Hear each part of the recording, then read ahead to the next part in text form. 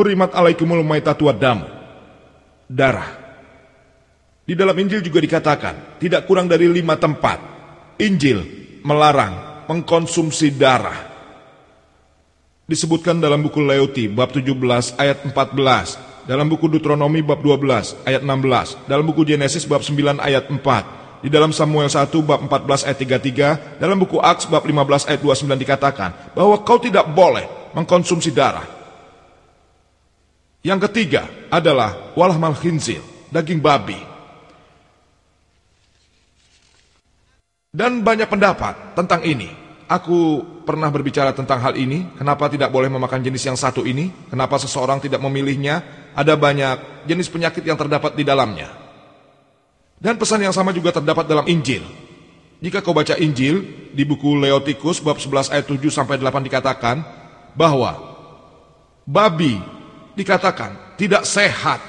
Itu sudah dibuktikan. Janganlah dipotong, karena dagingnya tidak bersih untukmu. Jangan memakan daging yang bangkainya pun tidak boleh disentuh. Pesan yang sama diberikan di buku Deuteronomi bab 14 ayat 8. Babi, walau kukunya sekalipun, janganlah dipotong. Jangan memakan daging yang bangkainya pun tidak boleh dipegang. Pesan yang sama ada di buku Isaya bab 65 ayat 224 dan 225, bahwa daging babi dilarang untuk dimakan. Wa ma uhilla li ghairi lahbi, makanan apapun yang disembelih selain dengan nama Allah adalah haram. Pesan yang sama terdapat dalam buku Aks bab 15 ayat 29 dan Wahyu bab 2 ayat 14, bahwa kau tidak boleh makan makanan yang disembelih selain atas nama Allah, Tuhan yang Maha Besar. Jika kau analisa, jika kau patuh pada perintah Allah Subhanahu wa taala dan tidak memakan makanan yang dilarang, kau sudah melakukan ibadah. Jika kau menyayangi tetanggamu, kau beribadah. Seperti yang dikatakan Isa damai bersamanya, sayangi tetanggamu. Quran mengatakan dalam surat Al-Ma'un bab 107 ayat 127. Ara'aital ladzi yukadzibu biddin, fazalikal ladzi yad'ul yatim wa la yahuddu 'ala ta'amil miskin, fawailul lil musallin, allazina hum an shalatihim sahun, allazina hum yura'una wa yamna'unal ma'un. Tahukah kau orang yang mendustakan agama, yang menghardik anak yatim, dan tidak menganjurkan memberi makanan orang miskin? Maka kecelakaanlah bagi orang-orang yang sholat, dan orang-orang yang lalai dari sholatnya. Orang-orang yang sholat untuk dilihat orang lain, dan tidak menyediakan apa yang dibutuhkan tetangganya. Jika kau menyayangi tetanggamu dan menyediakan apa yang dibutuhkannya, berarti kau sedang melakukan ibadah kepada Allah. Jika kau jujur berbisnis, kau beribadah. Jika kau tidak mencela orang lain, seperti yang dikatakan Quran surat Al-Humazah bab 104 ayat 1, wailul likulli humazatil lumazah, kecelakaanlah bagi setiap pengumpat dan pencela. Jika kau tidak mengumpat dan mencela, kau beribadah. Selain beribadah kepada Allah Subhanahu wa taala, kau harus menghormati dan mencintai orang tuamu. Jika kau menghormati dan mencintai mereka, kau beribadah. Quran mengatakan dalam surat Al-Isra bab 17 ayat 23 dan 24, aku telah perintahkan tidaklah menyembah selain aku. Berbuat baiklah pada orang tuamu. Dan jika salah satu dari mereka atau keduanya menjadi tua, janganlah menghina mereka. Jangan mengatakan pada mereka. Rendahkanlah dirimu pada mereka berdua. Dan dengan penuh kasih sayang, berdoalah pada Tuhanmu. Kasihilah mereka sebagaimana mereka mengasihimu saat kecil. Quran mengatakan, saat orang tuamu telah menjadi tua, jangan katakan pada mereka. Jika kau mencintai, menghormati dan patuh pada orang tuamu, kau melakukan ibadah pada Allah Subhanahu wa taala. Jika kau menikah, itu ibadah. Nabi berkata bahwa jika seseorang tidak menikah, dia jauh dariku. Jika kau mencintai istrimu, kau beribadah. Quran mengatakan dalam surat An-Nisa bab 4 ayat 19, perlakukanlah istrimu dengan sebaik-baiknya, bahkan jika kau tidak menyukainya. Bahkan jika kau tidak menyukai istrimu, Quran mengatakan, perlakukanlah dia dengan sebaik-baiknya. Jika kau tidak melakukan zina, kau beribadah. Quran mengatakan dalam surat Al-Isra bab 17 ayat 32, janganlah kamu mendekati zina, karena setan akan membuka jalan menuju keburukan. Jika kau berpakaian sopan, kau beribadah, kau sudah menyembah Allah Subhanahu wa taala. Quran mengatakan tentang hijab bagi laki-laki. Dalam surat An-Nur bab 24 ayat 30, katakanlah kepada orang laki-laki yang percaya, tahan pandangannya dan pelihara kemaluannya. Saat seorang laki-laki bertemu seorang wanita, pikiran buruk apapun, pikiran yang memalukan, singkirkan dari kepalanya. Itulah hijab bagi laki-laki. Pesan yang sama diberikan Isa damai bersamanya dalam Matthew bab 5 ayat 27 dan 28. Isa damai bersamanya berkata, itu sudah diatur dari zaman dulu. Kau tidak boleh melakukan zina. Kuperingatkan kalian, jika kau melihat wanita, pandangan terakhir mencarinya, berarti sudah melakukan perzinahan dalam hatimu. Siapapun yang melihat wanita dalam pandangan terakhir mencarinya, berarti sudah melakukan perzinahan di hatinya. Isa damai bersamanya berkata bahwa jangan melihat wanita dan mengikutinya dengan pandanganmu. Selanjutnya dalam surat An-Nur bab 24 ayat 31 dikatakan soal hijab bagi wanita. Katakanlah pada wanita yang beriman, hendaklah mereka menahan pandangan dan memelihara kemaluannya, dan tutuplah aurat mereka, kecuali di depan suami mereka, ayah mereka, dan anak laki-laki mereka, juga kepada laki-laki yang tidak dapat dinikahinya. Dan kriteria tentang hijab dari ayat tersebut juga terdapat dalam Quran dan hadis. Yang pertama adalah menutup aurat wanita yang akan membedakan laki-laki dan perempuan. Untuk laki-laki dari pusar sampai lutut, bagi wanita seluruh tubuh harus ditutup. Bagian yang boleh terlihat hanyalah wajah dan telapak tangan. Yang kedua, pakaian yang mereka pakai tidak boleh menampakkan bentuk tubuh mereka. Ketiga, tidak boleh transparan sehingga bisa terlihat. Keempat, tidak boleh sengaja dijahit untuk menarik perhatian lawan jenis. Kelima, jangan berpakaian mirip dengan orang kafir. Keenam, jangan berpakaian mirip dengan lawan jenismu.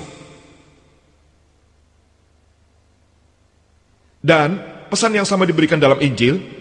Jika kau baca buku Deuteronomi bab 22 ayat 5 mengatakan, wanita tidak boleh mengenakan pakaian yang diperuntukkan bagi laki-laki, dan laki-laki tidak boleh mengenakan pakaian yang diperuntukkan bagi wanita. Sama seperti pernyataan sebelumnya, jangan berpakaian yang mirip dengan lawan jenismu.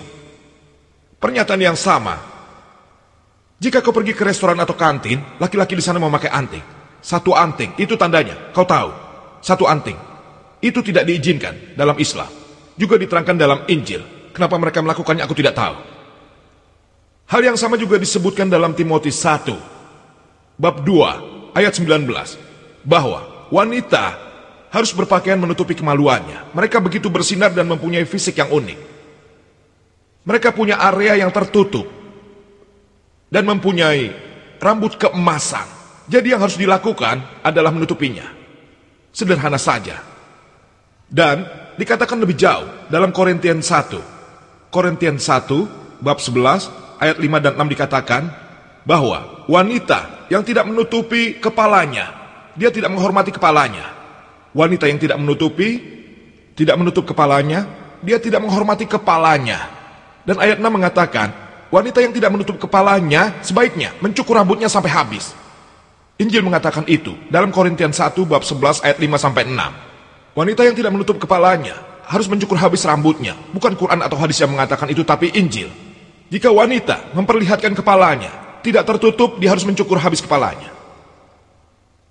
Jadi, jika orang-orang Kristen yang mengikuti ajaran Isa damai bersamanya, berarti Muslim lebih Kristen dari orang Kristen itu sendiri. Jika kau analisa, sebagai orang Muslim di dalam sunnah, kita harus dihitam. Pesan yang sama ada dalam Injil. Jika kau baca Injil, ini disebutkan di dalam John bab 7 ayat 22 bahwa Musa memberimu perintah untuk melakukan hitan. Dalam Acts bab 7 ayat 8, perintah berhitan diberikan sebagai perlindungan bagimu. Seperti disebutkan dalam Luke bab 2 ayat 21 bahwa Isa damai bersamanya dihitan saat ia berada di Etude. Isa damai bersamanya dihitan saat berada di Etude. Jika kau analisa, apa yang diperintahkan Allah Subhanahu wa Ta'ala adalah ibadah. Kau sedang menyembah Allah Subhanahu wa Ta'ala. Seperti disebutkan sebelumnya, Islam berarti tunduk pada Allah Subhanahu wa Ta'ala. Dan siapapun yang tunduk pada Allah Subhanahu wa Ta'ala, dia disebut sebagai Muslim.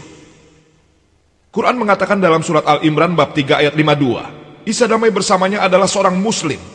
Pesan yang sama juga tertulis dalam Injil John bab 5 ayat 30. Isa damai bersamanya mengatakan, bukan keinginanku, tapi keinginan ayahku. Aku tidak bisa melakukan apapun sendirian. Apapun yang ku dengar, yang ku nilai, ku beritakan. Aku tidak mencari keinginanku, melainkan keinginan ayahku. Bukan keinginanku, keinginan yang maha besar. Jika diterjemahkan dalam bahasa Arab berarti Islam. Dan orang yang mengikuti ajaran Islam disebut Muslim. Jadi menurut Injil, Isa damai bersamanya adalah seorang Muslim. Pembicaraan akan kuakhiri dengan membaca ayat Al-Quran, surat An-Nahl bab 15 ayat 125. Ud'u ila sabili rabbika bil hikmah, wal mau'izatil hasanah, wajadilahum billati ahsan. Ajaklah manusia pada jalan Tuhanmu dengan hikmah dan pelajaran yang baik, dan bantahlah mereka dengan cara yang baik. Wa akhirud dawana alhamdulillahi rabbil alamin. Demikianlah pembicaraan kali ini. Sekarang saatnya sesi tanya jawab. Kami harapkan pertanyaannya yang menyangkut topik kali ini, persamaan Islam dan Kristen. Tentu saja kami harus mengingatkan pada audiens wanita yang ingin bertanya, akan ada waktu khusus bagi penanya wanita dan akan ada mikrofon sendiri untuk Anda, tepat berada di hadapan Anda. Dan bagi audiens laki-laki, kalau Anda ingin bertanya, kami menyediakan waktu bagi Anda untuk mengajukan pertanyaan. Pertanyaan-pertanyaan yang boleh diajukan adalah pertanyaan-pertanyaan yang menyangkut topik dari diskusi ini. Persamaan antara Islam dan Kristen.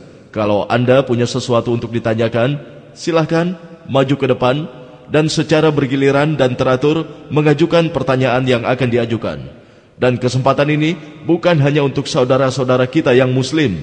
Saudara-saudara kita yang Kristen juga bisa menanyakan hal-hal yang ingin diketahui tentang topik ini, persamaan Islam dan Kristen, kepada pembicara kita Dr. Zakir Naik, dan kesempatan pertama untuk bertanya kami berikan. Assalamualaikum saudara Zakir. Apakah ada persamaan tentang persyaratan minimum dari Islam dan Kristen dalam diri seseorang untuk mencapai pengampunan, untuk meraih pengampunan, persyaratan minimum? Tolong sebutkan nama Anda. Aku Muhammad Fahri Hudin, aku mahasiswa Universitas Fisioterapi, aku pelajar fisioterapi. Baiklah, akan kujawab. Ini menyangkut persyaratan minimum dalam Islam dan Kristen agar seseorang mendapatkan pengampunan. Jika kau baca Quran, Quran akan memberimu jawaban bagaimana memasuki surga. Dalam surat Al-Asyr bab 103 ayat 1 dikatakan, wal asri innal insana lafi husrin illa lazina amanu wa amilus solihat wa tawassaw bil haqqi wa tawassaw bis sabr. Demi masa, sesungguhnya manusia itu benar-benar merugi, kecuali mereka yang beriman, mengerjakan amal soleh dan mentaati kebenaran dengan dakwah, mereka yang berada dalam kesabaran. Untuk setiap manusia yang ingin masuk surga, masuk Firdaus, minimum ada 4 persyaratan. Beriman, mengerjakan amal soleh, mentaati kebenaran, dan menetapi kesabaran. Jika ada salah satu yang hilang dalam situasi normal, maka orang itu tidak akan masuk jannah. Jika Allah ingin memaafkan, itu pertanyaan lain. Dalam keadaan normal, keempat hal itulah persyaratannya. Bagi seseorang yang ingin masuk surga, ada 4 persyaratan minimum. Dan Allah mengirimkannya untuk misi ini dalam surat An-Nisa bab 4 ayat 48, surat An-Nisa bab 4 ayat 116 dikatakan, menurut ajaran Kristen atau gereja, aku mengutip Injil dan gereja mengatakan, jika kau percaya pada Isa damai bersamanya, dia meninggal untuk dosa-dosa kita, jika kau percaya, kau mendapat pengampunan. Jika kau percaya Isa damai bersamanya, dikorbankan, dan mati disalib untuk dosa-dosamu, kau mendapatkan ampunan. Ini dapat dibuktikan dalam Injil. Isa damai bersamanya, dia tidak disalib. Kita sudah bicarakan. Ada dalam kasetku, kalian bisa miliki kasetku. Membicarakan bahwa bagaimana membuktikan bahwa Isa tidaklah agung. Bukan dari Quran, tapi dari Injil. Quran mengatakan kami percaya, tapi Injil, jika kau baca dengan benar, tidak mengatakan kalau ia disalib. Tapi ia percaya kalau Isa damai bersamanya, dia meninggal untuk dosa-dosa kita, kau akan mendapat pengampunan. Jika kau baca apa yang dikatakan Isa damai bersamanya, dia mengatakan secara jelas kebalikannya. Dalam Matius bab 19 ayat 16-18, seseorang datang untuk berdiskusi dengan Isa. Perbuatan baik apa yang harus kulakukan agar aku mendapat kehidupan abadi? Kehidupan abadi berarti gulu pales. Seseorang datang dan bertanya padanya, ya Tuhan, apa yang harus kulakukan untuk mendapatkan kehidupan yang abadi? Isa damai bersamanya mengatakan, kenapa kau bertanya padaku yang tidak baik? Satu-satunya yang baik adalah ayahku di surga. Jangan tanya yang tidak baik padaku, sebab yang baik adalah ayahku. Dan jika kau ingin memasuki kehidupan abadi, ikutilah perintahnya. Dia tidak bilang jika ingin hidup abadi, percayalah kalau aku Tuhan. Dia tidak bilang kalau aku mati disalib untuk menebus dosa-dosamu. Dia bilang jika kau ingin hidup abadi, patuhilah perintah-perintahnya, jagalah perintah-perintahnya. Artinya, jika kau ingin masuk surga menurut Injil, jagalah perintah-perintahnya dan semua yang dikatakannya. Tidak berperang, tidak minum alkohol dan berjudi, kau harus sholat, kau harus sujud, semua yang diperintahkannya. Jadi jika maksudmu orang Kristen adalah orang yang mengikuti Kristus, damai bersamanya, seperti disebutkan, maka alhamdulillah, kalau kita orang Muslim, kita lebih Kristen dari orang Kristen itu sendiri. Lagi pula Isa sendiri adalah seorang Muslim, kuharap kau puas. Terima kasih. Dipersilahkan kepada penanya berikutnya. Aku Kairunisa Sayyid dari My Lord, Insinyur. Isa mengajarkan pesan damai, sementara Muhammad mengajarkan kita untuk berperang untuk agama. Oleh karena itu, menurutmu apakah ada perbedaan besar antara kedua hal tersebut?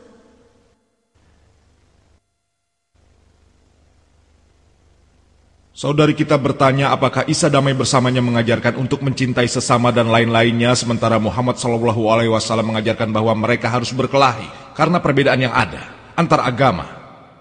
Saudari, jika kau tahu, disebutkan dalam Injil Matthew bab 5, dikatakan Isa damai bersamanya berkata, seperti di saat yang lalu, mata untuk mata dan gigi untuk gigi.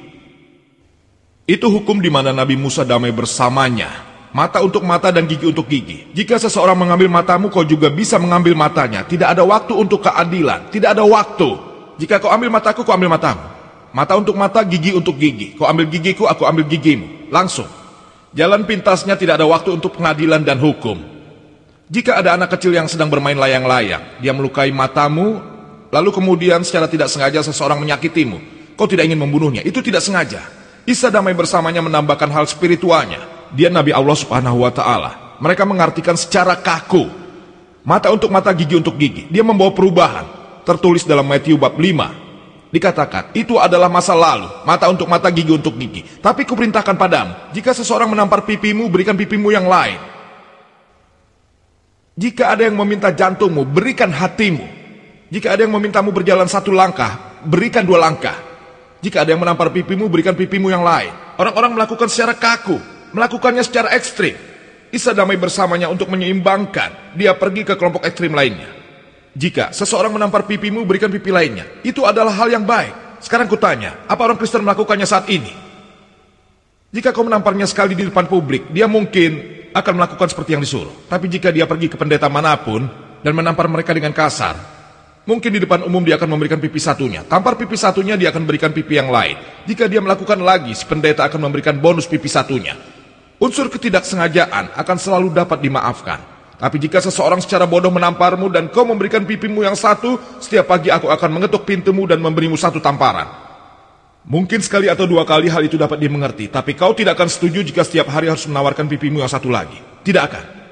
Nabi Muhammad damai bersamanya. Dia mendapat pesan dari Allah Subhanahu wa Ta'ala apa yang dia harus menilai situasinya. Quran mengatakan dalam surat An-Nisa bab 4 ayat 171, La ta'khulu fi zinikum. Jangan berlebihan dalam agamamu. Jika ada perpecahan, Islam akan berada di tengahnya. Jika ada seseorang yang tidak sengaja menyakitimu, kau harus memaafkannya. Tapi jika seseorang sengaja memukulmu, kau dapat memukulnya kembali. Hukum Islam mengatakan, jika seseorang menekanmu, kau dapat melawannya. Bahkan jika seseorang menekanmu tidak bersalah. Jika seseorang melakukan hal yang salah padamu dan kau tidak dapat membetulkannya, itu berarti salahmu. Dia harus ditekan. Jika dia melawan balik, dia melakukannya dengan alasan yang kuat. Dan jika dia tidak melawan, dia sudah berdosa. Abu Said mengatakan, jika seseorang melakukan sesuatu atas nama hukum dan kau melihatnya tertindas, kau melihat seseorang dirampok, wanita, Nabi kita tercinta berkata, jika kau melihat kejahatan, yang terbaik adalah menghentikan dengan tanganmu. Jika kau tidak bisa dengan tanganmu, lakukan dengan mulutmu. Katakan jangan lakukan itu. Jika kau tidak bisa, kutuklah dalam hati. Itu yang akan dilakukan orang-orang beriman. Setidaknya kutuklah dalam hati. Islam adalah agama dengan makrifat. Nabi kita tercinta Muhammad SAW berkata, jika ada orang yang ingin berkelahi denganmu, lawanlah mereka. Jika kau tidak melawan mereka, mereka akan melakukan hal yang sama pada orang-orang di sekelilingmu. Jika Allah memberimu kekuatan untuk melawan kejahatan, kau harus lawan orang yang berbuat jahat itu. Itulah persyaratannya. Karena itulah sekarang memerangi ketidakadilan adalah jalan yang terbaik. Karena sekarang masyarakat sudah bertambah buruk. Banyak kejahatan yang terjadi.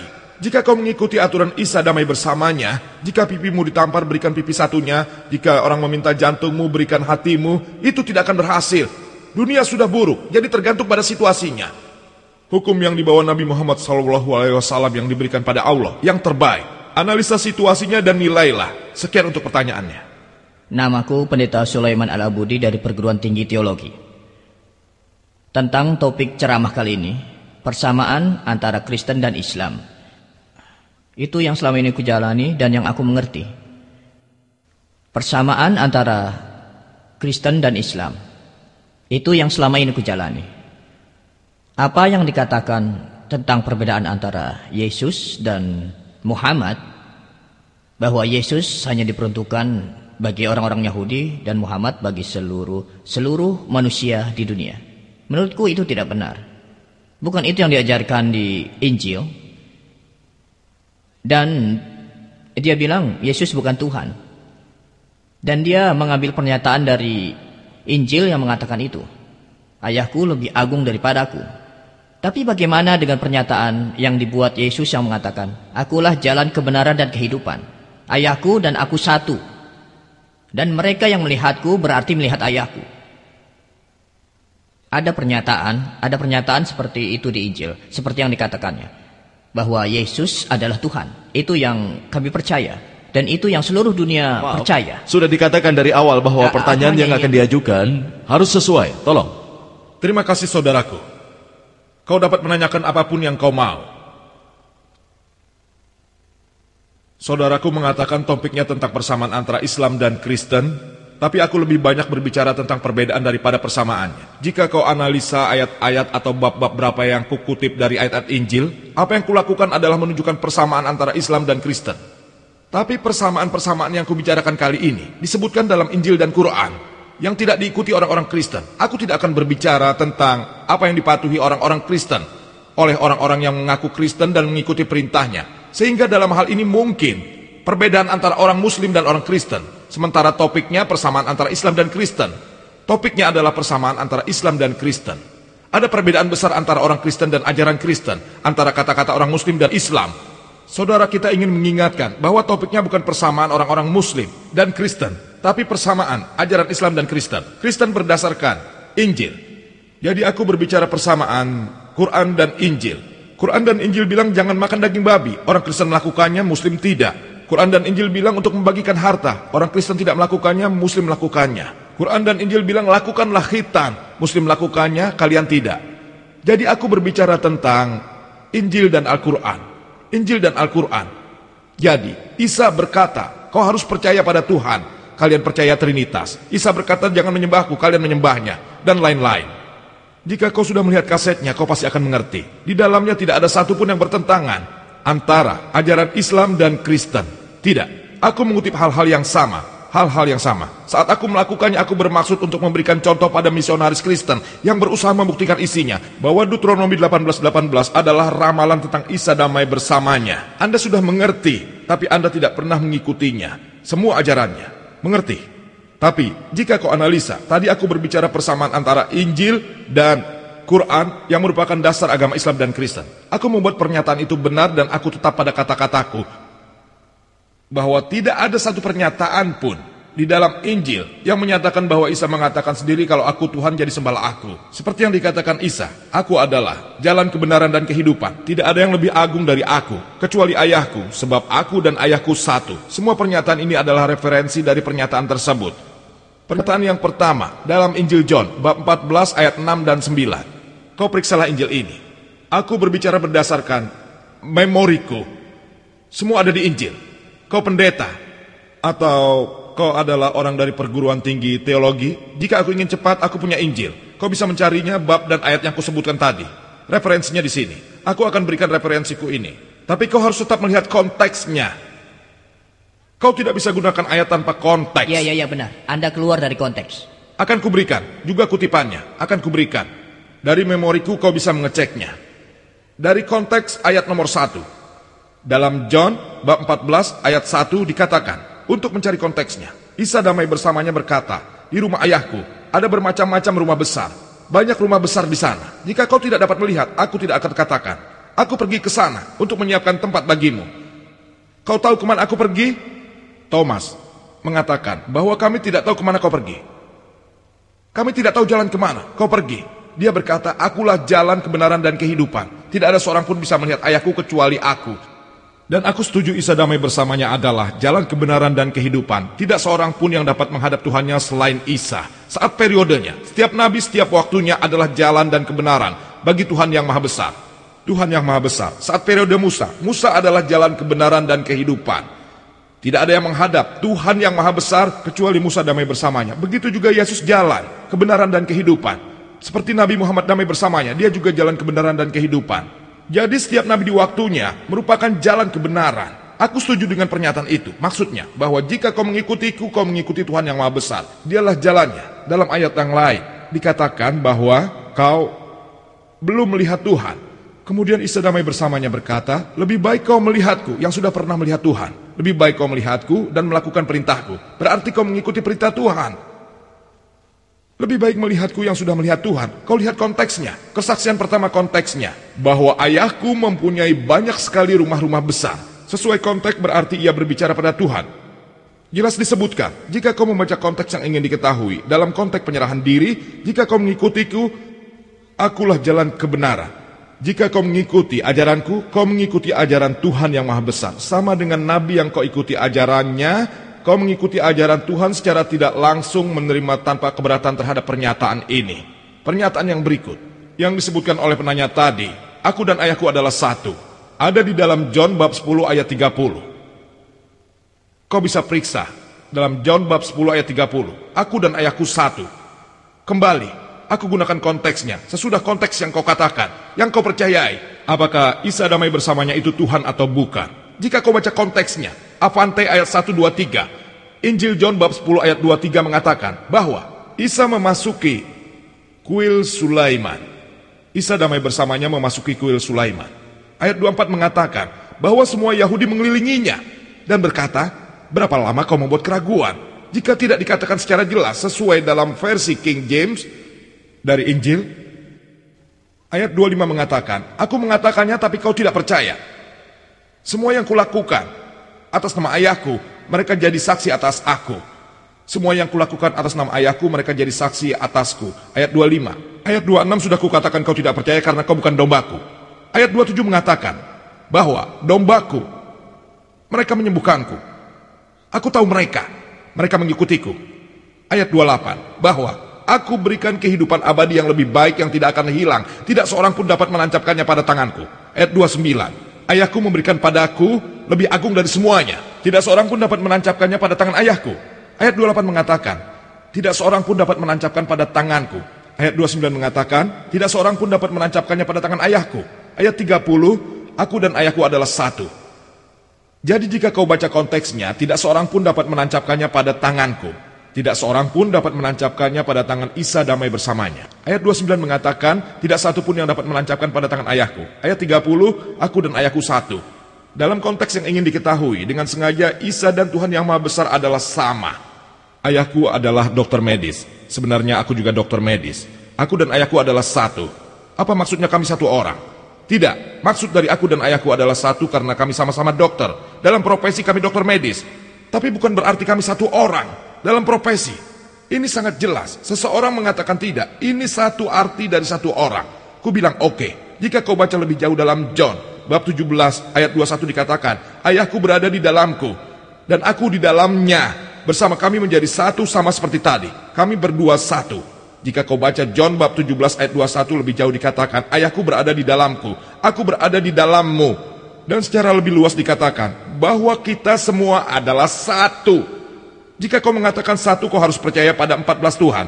Tuhan yang Maha Besar, Yesus Kristus dan seluruh perangkatnya. Jika kau baca manuskrip yang asli, saudara, yang digunakan di sini adalah sama dengan yang terdapat dalam Injil John bab 10 ayat 30 yang berkata bahwa aku dan ayahku satu. Sama dengan yang dikatakan dalam John bab 17 ayat 21. Sama. Ayahku dalam diriku, aku dalam dirimu. Kita satu. Ayat 23 mengatakan, aku ada di dalammu. Kita satu. Satu lagi yang sama. Kata-kata yang sama. Dalam konteksnya berarti Tuhan yang Maha Besar, Yesus Kristus dan yang lainnya. Kebenaran yang sama, pesan yang sama kalau mereka satu. Tapi jika kita tidak mengakuinya, berarti kita akan merubah Trinitas menjadi konsep 14 Tuhan. Tuhan Yesus Kristus dan ke-12 muridnya. Kau membaca konteksnya, tapi kau tidak setuju dengan konteksnya. Bahwa mereka adalah satu, berarti kita percaya ke-12 murid Isa adalah Tuhan. Kau baca lebih jauh, ayat 31. John bab 10 ayat 31, sesudah Isa berkata, aku dan ayahku satu. Orang Yahudi mengambil batu untuk melemparinya. Kau tahu, mereka tahu. Orang Yahudi ingin membunuhnya untuk menyingkirkannya. Lihat, orang Kristen menuntut definisi. Orang Yahudi menuntut penebusan. Kristen menuntut penebusan. Yahudi menuntut definisi untuk menyingkirkannya. Ayo bunuh dia, mereka jadi punya alasan untuk membunuhnya. Dan diberikan jawaban. Isa damai bersamanya mengatakan, masih banyak pekerjaan baik yang belum ditunjukkan ayahku. Yang mana yang membuatmu melempariku? Ayat 32, kau bisa lihat. Ayat 32, pekerjaan baik yang mana yang membuatmu melempariku? Dan ayat 33, orang Yahudi menjawab, kami tidak melemparimu karena pekerjaan yang baik. Kami melemparimu karena kau menjadi laki-laki yang diberkati. Kau menuntut definisi. Tapi Isa menghalaunya dengan ayat 34 dan 5 dalam Injil John bab 10. Dikatakan, tidak disebutkan dalam kitabmu bahwa aku Tuhanmu. Dan pada orang-orang yang didatangi kalimat-kalimat Tuhan, jika kau katakan orang itu Tuhan, kitabmu tidak menulisnya. Orang yang didatangi kalimat-kalimat Tuhan, jika kau menyebutnya Tuhan, kitabmu tidak menulisnya. Dan jika kau melihat dalam Sam bab 82 ayat 6 dikatakan bahwa dialah Tuhan. Jika kau baca konteksnya, Isa damai bersamanya tidak ada yang menyebutnya definisi. Dia tidak mengatakan bahwa dirinya adalah Tuhan. Dia hanya pembawa pesan Tuhan yang maha besar. Sekian jawabannya. Jika kau tidak puas, silakan sampaikan pada moderator. Aku rasa Anda menggunakan Injil hanya untuk kepentingan Anda saja. Jika aku salah, maka orang-orang Muslim akan... saudara. Seseorang yang mencari pengampunan. Dan Anda lebih memilih yang lain dibanding... Saudara, kita akan sampai ke sana. Tapi pertama, kita membicarakan definisi. Sesudahnya baru pengampunan dan aku tidak akan pergi. Tenang saja. Aku juga ingin tahu. Ya, kita akan sampai pada Matius bab 9. Pertama-tama, apa kau setuju bahwa Isa damai bersamanya tidak mengatakan definisi? Jika kau percaya, berarti kau setuju dengan 14 Tuhan. Kau bilang aku salah tentang Injil. Aku terbuka untuk koreksi. Jika manusia dapat berbuat salah, begitu juga aku. Injilnya yang mengatakan padaku pada Dr. Zakir Naik, kau telah salah mengerti tentang Injil. Bukan ini, tapi yang itu. Tapi, hanya jika aku salah. Di dalam Islam kami percaya, kau harus memberikan bukti. Aku mengatakan kau salah, aku memberikan bukti sesuai bab 1 dalam konteks. Kalau kau katakan aku salah, konteksnya kau menggunakan alasan yang salah. Ini Injil, bukalah. Ini buktinya, bukalah. Kalau aku salah, aku siap dikoreksi. Jangan hanya mengatakan kalau aku salah. Bahkan jika seseorang berbuat salah, aku tidak bisa begitu saja mengatakan kau salah. Aku harus memberikan alasan. Aku sudah memberikanmu konteks tadi. Jika menurut pengertianku tentang Injil salah, kau sebagai seorang ahli teologi, kau ahli teologi, aku setuju. Aku memang mencari orang semacammu. Kau sebagai ahli teologi, seharusnya kau katakan, Zakir, konteksmu salah. Seharusnya tidak seperti itu. Tunjukkan, aku sudah memberimu referensi. Kita baru menuju bab pengampunan. Apa kau tidak punya keraguan terhadap John bab 8 ayat 30? Aku tidak setuju dengan perbedaannya. Aku tidak setuju. Apanya yang tidak kau setuju? Aku tidak setuju dengan perbedaannya. Baiklah, itu bukan masalah. Iya. Pertanyaan selanjutnya. Pertanyaan selanjutnya adalah, Tolong dekati mic. Kata bahwa Lebih dekat lagi, tolong. Yang mengatakan Yesus membawa kepada kehidupan abadi. Yesus mengatakan untuk menjaga perintah-perintahnya. Benarkah? Iya. Ada beberapa masalah.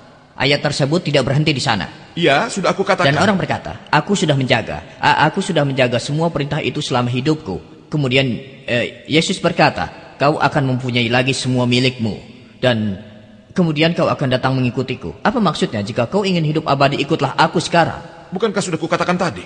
Iya, itu memang benar. Tapi Anda menggunakannya untuk kepentingan Anda sendiri. Ini tidak benar. Saudara, aku sudah berikan konteksnya. Aku juga tahu konteksnya. Dalam Matius bab 19 ayat 16 di dalamnya, dikatakan Isa damai bersamanya. Dia mengatakan, oh Tuhan, apa hal yang harus dilakukan untuk mendapatkan hidup yang abadi? Ayat selanjutnya mengatakan, tidak ada satupun yang baik. Satu-satunya yang baik, hanya Bapa di surga. Jika kau ingin kehidupan abadi, jagalah perintah Tuhan. Aku memulainya. Itu pengampunan, bukan arti konteksnya yang berubah. Artinya tidak berubah, itu tetap sama. Jika artinya tidak sama, tidak. Berarti konteksnya tidak akan diberikan, saudara. Ayat nomor 18 sampai 20. Dia berkata, aku menjaga perintah-perintah itu. Jadi sekarang dia mencari surga. Bagaimana kau mencapainya? Jadi dia katakan, aku ingin melakukannya. Akan kulakukan lebih lagi. Aku menjaga perintah-perintahnya. Jadi Isa mengatakan, jual pakaianmu dan jual barang-barangmu. Disebutkan dalam Injil, jualah semuanya. Anda jual. meninggalkan satu hal. Dan satu hal itu adalah yang harus Anda katakan. Berikan pada si miskin dan ikuti aku. Aku mengutip dari Injil yang mengatakan, serahkan barang-barangmu dan ikuti aku. Dia tidak berpikir kalau itu sulit. Untuknya, ikuti aku. Bahkan Nabi berkata, ikuti aku. Quran mengatakan untuk mencintai Allah dan Rasul-Nya. Apakah itu berarti Nabi Muhammad mempunyai definisi ketuhanan? Tidak. Setiap orang harus mengikuti Nabi mereka. Tidak ada yang sulit. Musa bilang ikuti aku. Muhammad bilang ikuti aku. Damai bersama mereka. Kau mencintainya, ikuti nabimu. Mencintai Allah, mencintai Rasul. Mematuhi Allah, mematuhi Rasul. Itu yang dikatakan Al-Quran. Mengikuti nabimu bukan berarti menuntut definisi ketuhanannya. Artinya kita harus mengikuti nabi yang dikirim oleh Tuhan yang Maha Kuasa. Dia tidak bilang, sembah aku. Dia bilang, ikuti aku. Dia tidak bilang kalau dia disalib. Jika mengikutinya, kita mengikuti perintah-perintahnya. Berdosa mematuhi perintahnya. Dan ikuti aku tidak berdosa. Orang-orang datang karena ingin tahu. Isa damai bersamanya mengatakan untuk mengikuti ajarannya yang diberikan oleh Tuhan yang Maha Kuasa dan kau akan masuk surga. Mereka tidak harus percaya kalau aku Tuhan baru mereka masuk surga. Kuharap itu jawabannya. Baik, terima kasih. Demikianlah jawaban atas pertanyaan Pendeta Sulaiman Al-Adabi. Kalau ada lagi saudara atau saudari yang ingin bertanya, sebutkan nama dan pekerjaan Anda. Ayo, dipersilakan saudari yang di pojok sana, silakan bertanya. Aku Siti Thomas dari Redland. Dapatkah beliau Tolong menjelaskan sekali lagi konsep dari sebutkan nama. Siti Thomas? Siti Thomas. Iya. Baik, silakan. Dapatkah beliau menjelaskan konsep dosa asli?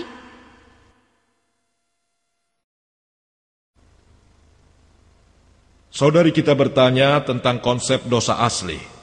Islam benar-benar tidak percaya konsep dosa asli. Dalam Islam kita percaya setiap bayi terlahir tanpa dosa. Quran mengatakan bahwa tidak ada orang yang lebih baik daripada orang lainnya. Tidak ada orang yang lebih baik dari orang lainnya dan Quran mengatakan di mana-mana. Menyangkut konsep dosa asli yang diajarkan gereja. Apa yang dikatakan Injil akan kukatakan. Aku mempelajari perbandingan antar agama. Kedua-duanya aku mengajar. Aku ingin gereja melihat ini. Bahwa Hawa ibu kita tercinta, dia merayu Adam untuk makan apel surga. Kau akan temukan cerita ini di buku Genesis bab 3. Bahwa dia merayu Adam untuk memakan buah terlarang. Karena itu, setiap manusia terlahir dalam dosa. Dalam Quran, cerita Adam dan Hawa damai bersamanya disebutkan bahwa tidak ada satu ayat pun dari Quran yang menyalahkan pada Adam saja. Jika kau baca surat Al-A'raf bab 7 ayat 19-27 dikatakan bahwa Adam dan Hawa melakukan beberapa kali kesalahan. Dikatakan mereka tidak mematuhi Tuhan yang Maha Besar. Keduanya tergoda dan keduanya dimaafkan. Keduanya tidak disalahkan karena memakan buah kuldi. Tidak ada satu ayat pun dalam Quran, tidak satu pun tentang Hawa damai bersamanya. Tapi ada satu ayat dalam Quran yang berbicara tentang Adam alaihissalam. Dalam surat Taha bab 21 ayat 121 dikatakan bahwa Adam damai bersamanya tidak mematuhi Allah Subhanahu wa taala. Jika kau baca keseluruhan di Al-Quran, keduanya baik Adam dan Hawa disalahkan. Tapi di Injil, kesalahan hanya diberikan kepada Hawa. Allah bersamanya. Disebutkan bahwa dia merayu Adam untuk mengambil buah itu. Jika kau lihat Genesis bab 3 ayat 3 dikatakan, Tuhan yang Maha Besar berkata bahwa kau wanita, kau harus punya gambaran rencanamu. Untuk selanjutnya, dia hamil itu hukumannya menurut Injil karena Hawa tidak mematuhi Allah Subhanahu wa taala. Jika kau bandingkan Quran mengatakan dalam surat An-Nisa bab 4 ayat 1, hormatilah wanita yang sedang hamil. Surat Luqman bab 31 ayat 14, Al-Ahqaf bab 46 ayat 158 dikatakan, kami perintahkan pada manusia agar berbuat baik pada orang tuanya. Ibunya mengandung dengan susah payah, melahirkan dengan susah payah, dan kehamilan sama sekali tidak terdapat di dalam Injil. Kembali pada dosa asli. Mereka bilang, sejak Hawa merayu Adam untuk memetik buah terlarang, sejak itulah manusia terlahir berdosa. Sekarang aku ingin bertanya, apa Hawa bertanya padaku sebelum memakan buah itu? Jika kukatakan silakan Hawa, maka aku bertanggung jawab. Apa Adam damai bersamanya bertanya, bolehkah aku makan buah terlarang? Karena mereka tidak bertanya padaku, bagaimana mungkin aku bertanggung jawab? Tidak logis aku bertanggung jawab. Jika mereka bertanya pada manusia untuk meminta izin sebelumnya, maka kita semua bertanggung jawab. Tentu saja, kau tidak mungkin bertanggung jawab. Tapi orang Kristen mengatakan, kita bertanggung jawab. Karena Eva dan Adam tidak patuh padanya saat makan buah itu, jadi manusia semuanya berdosa. Dan karena itu, mereka bilang, Tuhan yang Maha Besar, dia berikan anaknya untuk kita sebagai sebuah pengorbanan. Seperti dalam John bab 3 ayat 60. Tuhan menjatuhkan tudungnya, hanya diberikan pada anaknya. Siapa yang tidak percaya padanya akan mati bersamanya. Sekali lagi, ini hanya komentar yang dapat kuberikan. Dan ini bukanlah kata-kata asli yang terdapat dalam naskah asli untuk mengikat pelajar-pelajar Kristen agar mereka terkesan. Mereka bilang kata-kata itu terdapat dalam naskah aslinya. Jika kau analisa apa yang gereja katakan, setiap manusia yang dilahirkan itu berdosa, jiwa dan rohnya akan mati. Kalau kalian tidak percaya, ini terdapat dalam Injil bab 18 ayat 20 bahwa jiwa akan mati. Akhir dunia akan datang. Jika saudari membaca Injil, roh dan jiwa akan mati. Kau bisa melihatnya dalam Injil Gil bab 18 ayat 20 telah dikatakan di sana. Roh dan jiwa akan mati. Kebenaran dari yang benar akan bersamanya.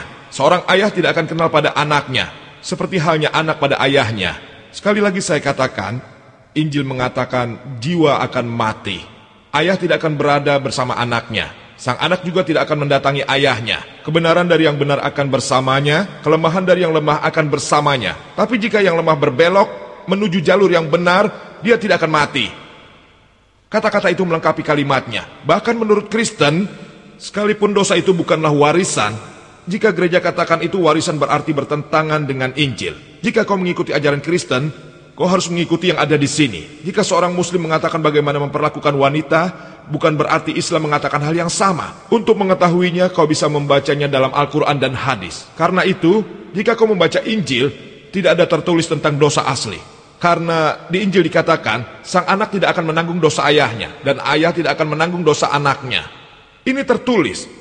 Jika sang anak tidak dapat menanggung dosa ayahnya, bagaimana bisa ia terlahir dengan dosa? Dalam Islam, setiap anak terlahir maksum, tidak berdosa. Bahkan setiap anak yang terlahir dalam keluarga Kristen, keluarga Hindu atau keluarga Muslim, Nabi kita yang tercinta mengatakan, setiap anak yang terlahir ke muka bumi itu polos. Dalam agama yang benar, dia terlahir murni. Kuharap itu menjawab pertanyaanmu. Saya rasa itu bisa menjawab pertanyaan Anda, Nona. Dan kalau ada saudara Muslim yang ingin bertanya, kalau tidak, kami akan berikan kesempatan kali ini kepada saudara-saudara kita yang Kristen. Apakah ada saudara Kristen yang ingin bertanya? Apakah ada saudara Kristen? Silakan bertanya tentang topik hari ini, persamaan antara Islam dan Kristen. Ya, silakan. Mohon bertanya, jangan malu-malu. Tolong sebutkan nama Anda. Namaku Slamanda. Aku adalah kepala sekolah teologi di sini. Aku sangat menghargai pengetahuanmu tentang kedua kitab.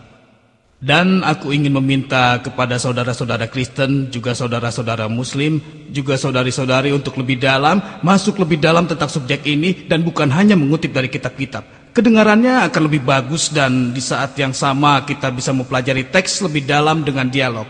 Bukan bertengkar mempertahankan pendapat. Bukan hanya itu. Menurutku itu akan membantu kami berkaitan dengan masalah tentang definisi Isa, di mana ada kutipan lainnya juga berasal dari Injil. Terkadang untuk mempertahankan pendapat kami semua harus membuat interpretasi sesudahnya. Misalnya bagaimana menurut Anda tentang Purlok dalam buku John. Contohnya kata-kata menjadi daging, kata-kata menjadi manusia. Di mana kami mempunyai konsep tentang inkarnasi Isa. Kata-kata adalah Tuhan. Logos, konsep logos. Aku hanya hanya untuk bertanya agar menerangkan hal ini. Saudara kita meminta aku tidak memberikan kutipan. Hal yang lain aku setuju. Tapi untuk masuk dalam kutipan tentang ayahku dan aku satu adalah hal penting. Melihat konteks lebih penting sehingga mereka akan tahu definisi tentang Isa. Saudara kita punya kutipan yang bagus dan masih ada banyak yang lainnya. Aku berikan konteksnya. Saudara kita mengambil kutipan dari buku John. Referensi ayat 1, bab 1 ayat 1. Buku John, kata-katanya adalah kata Tuhan. Kata-kata Tuhan. Bukan begitu. Maksud saya adalah kata-kata menjadi daging dan kata-kata menjadi Tuhan. Maksud saya kata-kata pada awalnya. Jadi katakan kedua temannya. Di awal katanya, kata-kata Tuhan. Jadi ada dua kutipan. Kata-kata yang menjadi daging dan kata-kata yang berarti Tuhan. Jadi aku akan mulai dari ayat 1 sampai ke ayat 12. Akan kumulai dengan John bab 1 ayat 1. Aku mengutip. Di awal kata dari Tuhan. Kata-kata bersama Tuhan di awal dunia. Kata-kata bersama Tuhan, kata-kata Tuhan, kata-kata adalah bersama Tuhan. Di awal kata-kata bersama Tuhan dan kata-kata adalah Tuhan. Ini kutipan yang sangat bagus. Kalau kau membaca Injil, kau tidak mengerti harus masuk ke dalamnya dan saudara kita tadi menolongmu. Naskah asli orisinil itu adalah Yunani, kesaksian baru, di mana Isa damai bersamanya bicara dengan bahasa Hebros, tapi selama waktu itu Yunani, tidak dengan kata-kata milik Isa sendiri dalam bahasa Yunani. Jika kau pergi ke Yunani, kau akan mengerti pada permulaan kata-kata yang tadinya bersama Tuhan. Kata-kata adalah Tuhan. Pertama kali Tuhan muncul adalah jika kau katakan kata-kata adalah Tuhan, hanya sebagai elemen. Kata-kata adalah Tuhan berarti. Kata-kata adalah Tuhan, kapanpun kalian perlu, kalian bisa menukarnya. Pertama kali adalah kata-kata, berarti merupakan awal dari Tuhan. Kata-kata bersama Tuhan menjadi Tuhan bersama Tuhan. Tidak masuk akal Tuhan bersama Tuhan. Di awal terjadinya kita, awal terjadinya Tuhan. Tuhan bersama Tuhan, dan Tuhan adalah Tuhan. Tidak masuk akal. Aku setuju bahwa kata itu mungkin saja Tuhan. Dan jika kau ingin merubah katanya, dan mengganti kata-kata dengan kata Tuhan di awalnya, maka akan menjadi Tuhan. Tuhan bersama Tuhan, dan Tuhan adalah Tuhan. Tidak masuk akal. Akan sulit dimengerti jika mengikuti kata-kata saudari kita. Jika kau baca yang aslinya, bahasa Yunani, kata yang digunakan untuk istilah itu di awal adalah kata. Yang kata bersama Tuhan, kata Tuhan yang pertama hotios. Hotios, berarti Tuhanmu dengan huruf T besar. Hotios. Yang kedua, kata adalah Tuhan.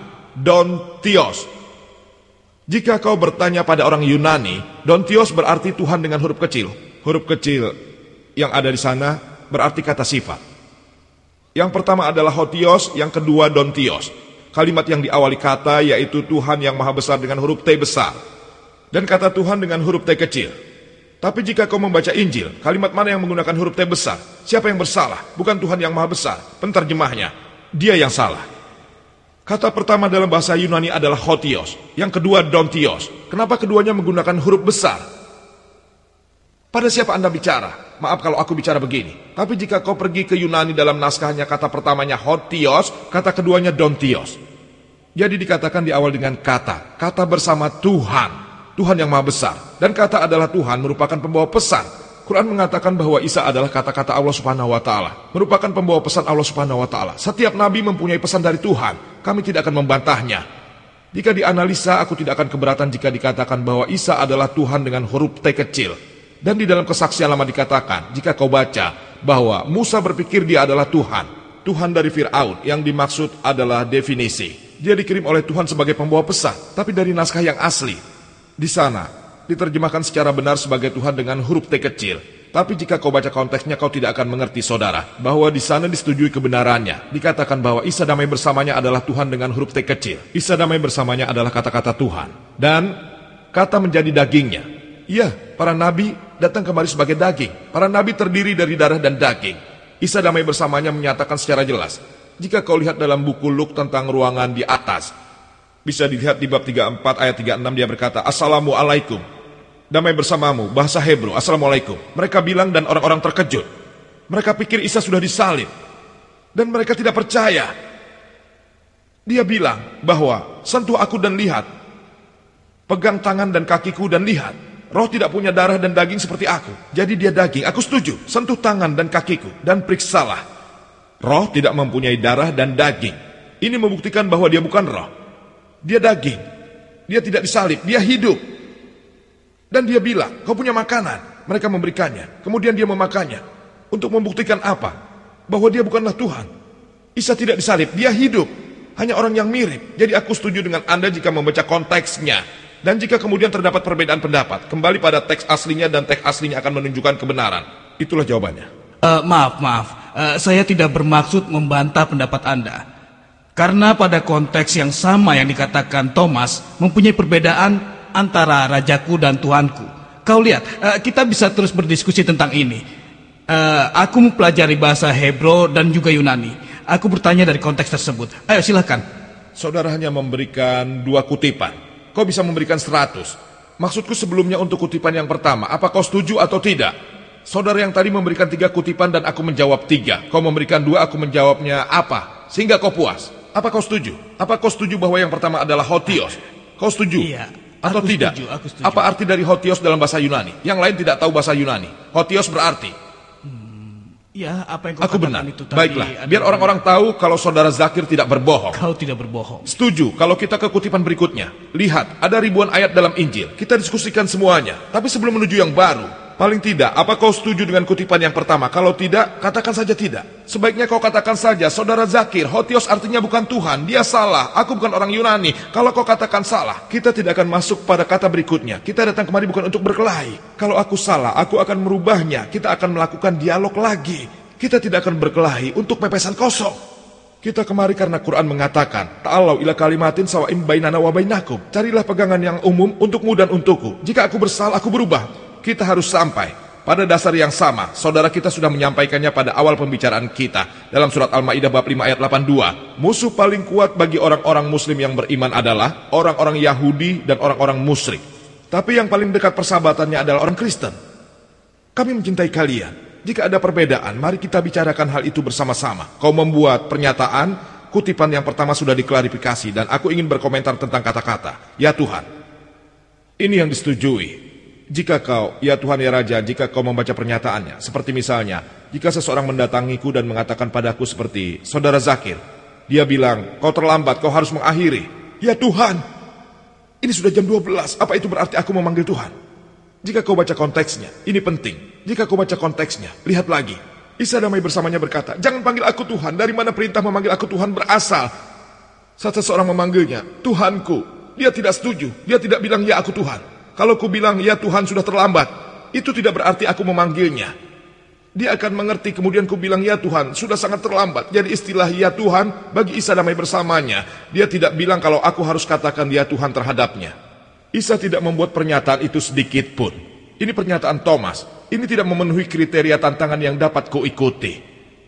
Tantanganku adalah, tidak ada satupun pernyataan yang meyakinkan dalam Injil yang lengkap, di mana Isa damai bersamanya secara pribadi mengatakan sendiri bahwa dia Tuhan. Sembahlah aku, ayahku adalah satu. Dia yang melihatku melihat ayahku. Tidak seorang pun dapat bertemu ayahku kecuali aku. Itu semua dari Isa damai bersamanya. Semua itu pernyataan Thomas, aku memberikan konteksnya, tapi bukan Isa damai bersamanya, ini hanya sekedar penjelasan. Itu jawabannya. Sebagai penutup, Dr. Zakir Naik akan menjawab satu pertanyaan terakhir dari saudara-saudari yang Kristen, dan setelah itu kita tutup acara ini. Apa ada yang ingin bertanya lagi? Silakan saudara-saudari. Iya, silakan. Aku Sonya Surenda dari Sindelasius. Anda bilang Isa hanya untuk orang-orang Israel. Muhammad datang untuk manusia. Kita orang Muslim dan Kristen percaya akan kebangkitan Isa. Kalau begitu, bagaimana Anda bisa katakan kalau Muhammad Nabi terakhir? Saudari kita bertanya bahwa Isa damai bersamanya hanya diperuntukkan di waktu itu saja dan Muhammad untuk selamanya. Bagaimana jika Isa datang lagi? Jika ia kembali lagi? Muhammad SAW bukan Nabi terakhir dan aku tidak setuju. Jika Isa datang kembali di hari kebangkitannya, tidak kurang dari 70 hadis saudariku. 70 tempat dalam hadis yang menyebut Isa akan datang dan disebutkan juga di dalam Injil bahwa Isa damai bersamanya akan datang kembali. Quran juga mengatakan dalam surat Al-Ahzab bab 33 ayat 40, "Makana Muhammadun aba ahdim mir rajalikum walaki Rasulullah wa khataman nabiyyin." Muhammad bukanlah ayah dari anak-anaknya. Dia adalah nabi Allah, penutup nabi-nabi. Keduanya benar. Bagaimana keduanya bisa benar? Karena Isa damai bersamanya, dia akan datang lagi. Kenapa dia datang lagi? Dialah satu-satunya nabi yang dibangkitkan kembali. Tidak satu pun nabi Allah Subhanahu wa taala yang dibangkitkan kembali. Quran surat An-Nisa bab 4 ayat 158 dikatakan, Isa damai bersamanya telah diangkat Allah. Ayat 157 dikatakan, wa ma qatalhu wa ma salabuhu walakin subbihahu. Walaupun dia dibunuh atau dia disalib, sebenarnya itu hanya penglihatanmu. Bahkan untuk kaumnya sendiri, penuh keraguan-raguan, illa tibazan, hanya untuk diikuti saja. Wa ma qatalhu yakina, tentang keyakinan bahwa dia tidak dibunuh. Ayat 158 mengatakan bahwa Allah Subhanahu wa taala telah mengangkat Isa kepadanya. Kita setuju itu. Bahkan Injil mengatakan hal yang sama. Baik Injil maupun hadis, kita kembali lagi bahwa mereka percaya alasan Allah Subhanahu wa taala mengangkat Isa kepadanya karena dia satu-satunya nabi Tuhan yang maha besar, yang mana pengikutnya berpikir definisinya. Tidak ada nabi lain, Adam, Nuh, Musa, Ibrahim, Ishak, Ishak, Sulaiman, damai bersama mereka semua. Tidak ada satupun pengikut yang mengklaim bahwa dia mengakui bahwa dirinya seorang nabi. Satu-satunya nabi yang mengikuti sampai saat ini yang mengklaim tentang definisi hanyalah Nabi Isa damai bersamanya. Quran surat Al-Maidah bab 5 ayat 116 mengatakan, bahwa, "Ya Tuhanku, kau saksinya, aku tidak pernah menyuruh mereka menyembahku. Tapi ku bilang, A'budullah, sembahlah Allah, Rabbi wa Rabbukum, Tuhanmu dan Tuhanku." Isa damai bersamanya akan datang untuk bersaksi kepada pengikutnya yang menuntut definisinya, mengatakan bahwa dia tidak butuh definisi saat dia datang bukan sebagai nabi. Nabi sudah berakhir. Dia datang untuk ajaran baru. Isa damai bersamanya tidak datang untuk ajaran baru apapun. Quran Surat Al-Ma'idah bab 5 ayat 3, bahwa pesan yang disampaikan padamu sudah lengkap. Allah berfirman bahwa pesan yang disampaikan padamu sudah lengkap dan telah kuridhoi Islam setelah wahyu-wahyunya. Tidak satu pun yang mengajarkannya lagi. Tidak akan ada orang yang menerima wahyu lagi. Saat kebangkitan Isa damai bersamanya, dia akan datang sebagai pengikut Nabi Muhammad SAW. Pengikut Nabi Muhammad SAW. Sebelum kita jadi muslim, dia sudah jadi muslim. Dia bukan datang untuk ajaran baru. Kau dapat membaca pesan yang sama di dalam Injil. Injil mengatakan saat kebangkitannya, oh Tuhan, apa kita tidak tahu nama keajaibannya itu dalam kebangkitannya? Keajaiban, banyak keajaiban.